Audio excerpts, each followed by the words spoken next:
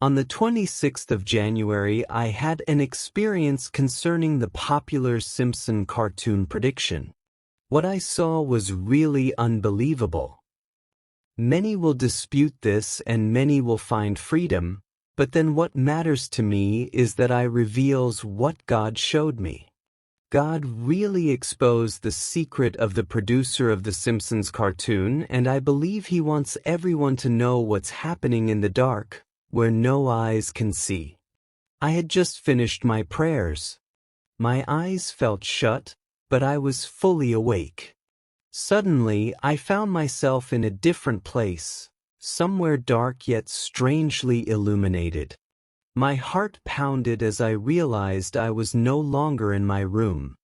A presence stood beside me, unseen but deeply felt. "You must see," a voice whispered. Suddenly, I stood before a massive iron door, its surface covered in strange symbols I couldn't understand. It looked ancient, worn by time. I had no idea where I was or how I had come to stand before this door, but something told me I was not meant to be here. Before I could think of turning back, the door let out a deep, eerie creak and slowly opened on its own. A wave of cold air rushed past me, carrying the scent of burnt wax and something worse, something rotten like old, decayed meat. The smell made me want to gag, but I forced myself to step inside. The room beyond was dimly lit, the only light coming from a few candles placed on a large wooden table. My eyes sight onto the man sitting at the table, hunched over a pile of papers. I knew who he was immediately. It was Matt Groening, the creator of The Simpsons. He looked different from how I had seen him in interviews. His face was pale, his eyes sunken, as if he hadn't slept in days. His hand clutched a pen, and in front of him lay stacks of papers filled with sketches, scenes from future episodes. But there was something else. A large, blackened book sat open beside him. Its pages looked ancient, covered in writings that I couldn't read. As I stepped closer, I felt it. Then I saw dark, shifting figures moving around Matt. They weren't human. They had no solid form, just shadows that seemed to breathe and ripple like smoke. Matt didn't look up, but I saw his hands tremble as he picked up his pen. The moment the tip touched the paper, the shadows around him moved. They leaned in, their whispering voices filling the room.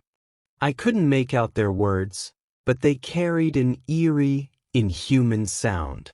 Their hands, if they could even be called hands, rested on his shoulders, guiding him as he wrote. His movements were not his own. The pen scratched across the paper furiously, as if he were merely a vessel, a puppet for something far greater and darker than himself. I understood then. Matt Groening was not creating the Simpsons stories from his imagination. He was being given them. The shadows whispered, showed him things that had not yet happened, things meant to come years in the future. And he wrote them down, disguising them as cartoon episodes so the world would never suspect the truth. And the world had no idea. In that moment, I understood. This was no ordinary man creating stories for entertainment. He had made a deal, a pact sealed in darkness. In exchange for knowledge of what was to come, he had given up something far greater, his soul. The figure leaned closer, its smoky form swirling as whispers filled the air. These were not just ideas. These were revelations stolen from the heavens. The secrets of time itself were being poured into his mind, not as inspiration, but as commands. Each time Matt Groening picked up his pen, he was not imagining, he was receiving. He was being shown glimpses of the future, events that had not yet happened, decisions yet to be made, disasters still waiting to unfold. but he could not reveal them as they were. He had to hide them, disguise them in humor, in cartoons that the world would watch and laugh at, never knowing they had just been shown a prophecy. This was the price he paid. His fate had long been sealed, bound by the whispers of the faceless being before him. He had everything the world could offer: fame, fortune, success, but none of it was truly his. The shadows owned him now, and his purpose was clear: to be their vessel, to write what they revealed, and to let the world unknowingly witness the future, one episode at a time. The shadows moved like living smoke.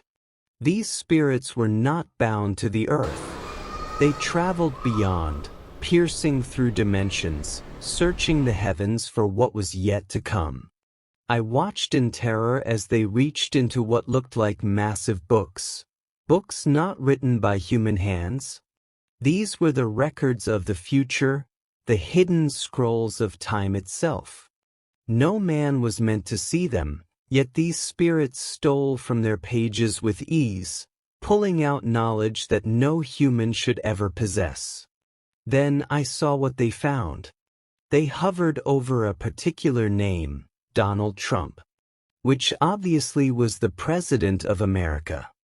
His fate had already been written. I saw flashes of his future: a grand stage, a massive crowd, hands raised as he took the oath. He was being sworn in, not as a businessman, not as a celebrity, but as the President of the United States. The spirits carried this revelation back, bringing it into the dimly lit room where Matt Groening sat, waiting. The moment the knowledge entered him, his hands moved, his pen scratching furiously against the paper. He was turning the vision into something the world would see, but not understand. I saw the scene take shape: Donald Trump, animated in bright yellow, standing at a podium, announcing his presidency. But it was masked in humor, made to seem ridiculous, as if it were nothing more than a joke. When the episode aired, the world laughed. It was impossible, they thought. Just another wild, silly idea from The Simpsons. But when the time came and the scene played out in real life, the world no longer laughed. They were left in shock, wondering how a mere cartoon could have predicted something so unbelievable. The spirits moved once again, searching through the unseen records of the future. They were looking beyond individual fates now. They were searching for events, disasters that would shake the world. And they found them. First, I saw a massive earthquake. Buildings crumbled like sandcastles, roads split open, and people ran in terror as the earth swallowed everything in its path. The destruction was unimaginable, yet the spirits watched it without emotion. They took this knowledge and whispered it into Matt Groening's ear. His pen moved, sketching the scene onto paper, shaping it into an episode that would one day air, long before the event actually took place. Then came the global financial collapse. I saw men in suits standing in disbelief as numbers on their screens plummeted. Banks closed, businesses fell, and ordinary people lost everything overnight. The economy of entire nations crumbled like a house of cards. The spirits revealed this, too, placing it into the hands of the producer, ensuring it would be turned into entertainment, hidden in plain sight. The last vision sent a shiver through my bones, a plague more devastating than any before. I saw people wearing masks, hospitals overflowing, and nations shutting their borders in fear. The world was desperate, searching for a cure, but the disease spread faster than they could contain it. Once again, this revelation was given to Matt, who sketched it into an episode. It would sit unnoticed for years, waiting for its time to come. The spirits had revealed all these things. And the producer had written them down, turning prophecies into cartoons, ensuring the world would see them, but never understand. I saw how the spirits guided Matt's hand, making sure the messages were hidden well enough that no one would take them seriously, but clear enough that when the events finally happened, people would recognize them. I saw how the spirits laughed in the shadows, amused by how the world ignored the warnings right in front of them. Each prediction was disguised as comedy, shown years before its fulfillment, so that when reality caught up, people would brush it off as a coincidence. Then I saw something truly terrifying. The spirits whispered again, but this time it was different. Matt Groening's hands shook as he picked up his pen. Sweat dripped from his forehead. He didn't want to write this, but he had no choice.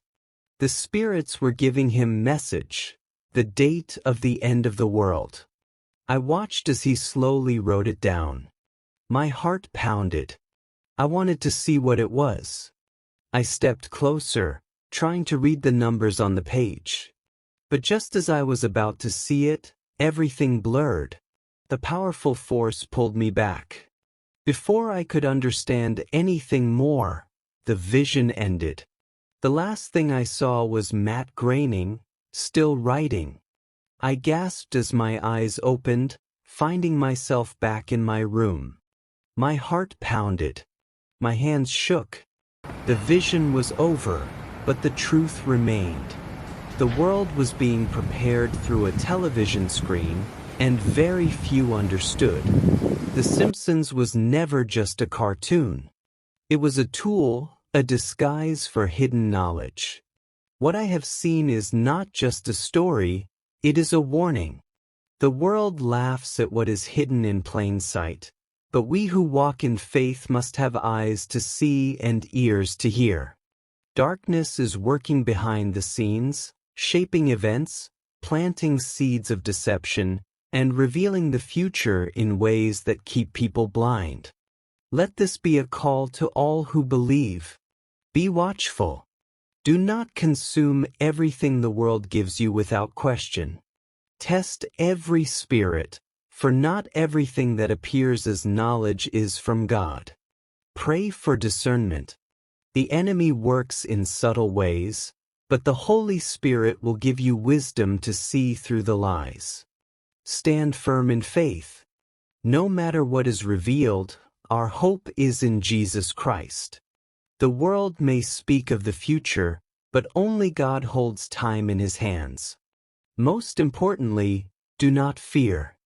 Whatever the spirits whisper in secret, whatever dates and disasters they try to reveal, they do not control the end of the world. God does. But about that day or hour no one knows, not even the angels in heaven, nor the Son, but only the Father.